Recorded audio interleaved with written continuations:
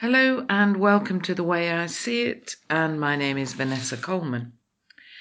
Today I'm going to read an article from The Guardian by Giles Fraser, and I have to say that I was never particularly keen on Giles Fraser, but I saw him on Question Time the other week, and I have to say I liked what he was saying, and I particularly like what he says in this article in The Guardian, and the heading is "Why Our Landed Gentry Are So Desperate to Stay in the EU." The Common Agricultural Policy takes from the poor and gives to the rich. Its effects can be felt in every British household and seen in the deadly waters of the Mediterranean too. The estate agent Carter Jonas established its reputation running the estates of the Marquess of Lincolnshire. "Some of the biggest property owners in the country are our loyal clients," boasts its website. And in a recent poll of these landowning clients, 67% of them said that Britain should stay in the EU. So why all this Euro enthusiasm in the Tory heartlands and among the landed gentry? Should the UK vote to leave the EU, the cap subsidies will likely be reduced, Tim Jones, head of Carter Jones Rural Division, explained. Thank you, Tim, for putting it so clearly. We understand. A massive 38% of the entire 2014-20 EU budget is allocated as subsidies for European farmers. It is far and away the biggest item of Euro expenditure, about 50 billion euros a year.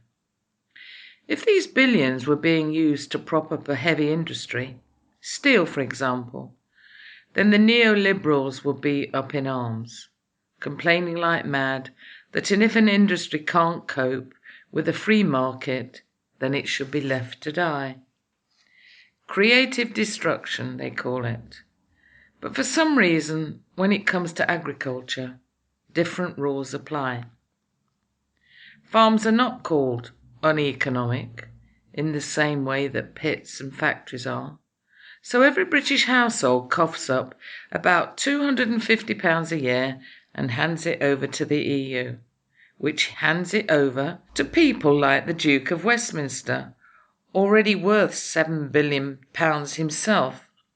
In 2011, the Duke received £748,716 in EU subsidies for his various estates. So too Saudi Prince Bandar, he of the dodgy Al-Yamaha arms deal, who pocketed £273,905 of EU money for his estate in Oxfordshire. The Common Agricultural Policy is socialism for the rich. It's a mechanism to buttress the aristocracy, who own a third of the land in this country, from the chill winds of economic liberalism. So why are we hearing so little about all of this in the current debate over Europe? Because the right doesn't want to worry its landowning friends, and the left has somehow persuaded itself that the EU is a progressive force. So it suits no one's purpose to raise this issue. Yet it's a huge deal. For the European Union has become a huge and largely invisible way of redistributing wealth from the poor to the rich, subsidising Lord So-and-so's grouse moor, while redundancies are handed out to workers at Port Talbot, whose jobs the government can't help subsidise because of EU rules. But even more problematic is the way our massively subsidised agricultural sector negatively affects farmers in the developing world. Trade, not aid, has been David Cameron's repeated mantra for dealing with poverty in the developing world. But not only does the cap subsidy to European farmers make it impossible for the unsubsidised African farmer to compete fairly in European markets, but it also creates situations where food is overproduced in Europe. Remember butter mountains, milk lakes, etc.? The last big year of oversupply was 2007, when the EU amassed over 13 million tonnes of cereal, rice, sugar and milk. This food was then dumped cheaply on the markets of the developing world, putting poor farmers out of business. And this is exactly what state-subsidised Chinese steel has been doing to us. We like the idea of the EU being this great big free trade zone, but the word free here is most misleading. As so often, one person's freedom is another's imprisonment. The EU operates like one big, great cartel, a mechanism for fixing prices and keeping out competition. Again, it's the poor who suffer. Little wonder then the extent of economic migration.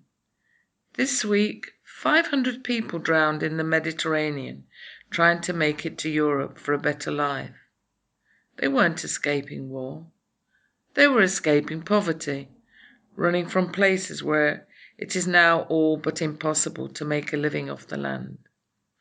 These poor people drowned in the moat of Fortress Europe, an economic selfishness zone designed to keep most of us placidly comfortable and others with wealth and land beyond the dreams of avarice.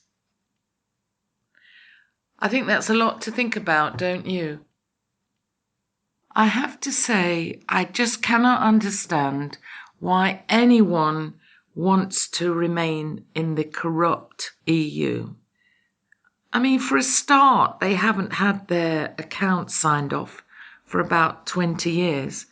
Would you really want to join any kind of venture if this happened? Can you imagine somebody taking you to a business meeting and saying, oh yes, come and join this. Oh, but by the way, they haven't had their accounts signed off for 20 years.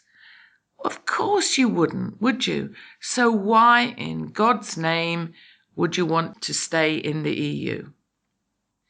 Anyway, that's the way I see it. And in the meantime, have a great day. I hope you're all out there campaigning.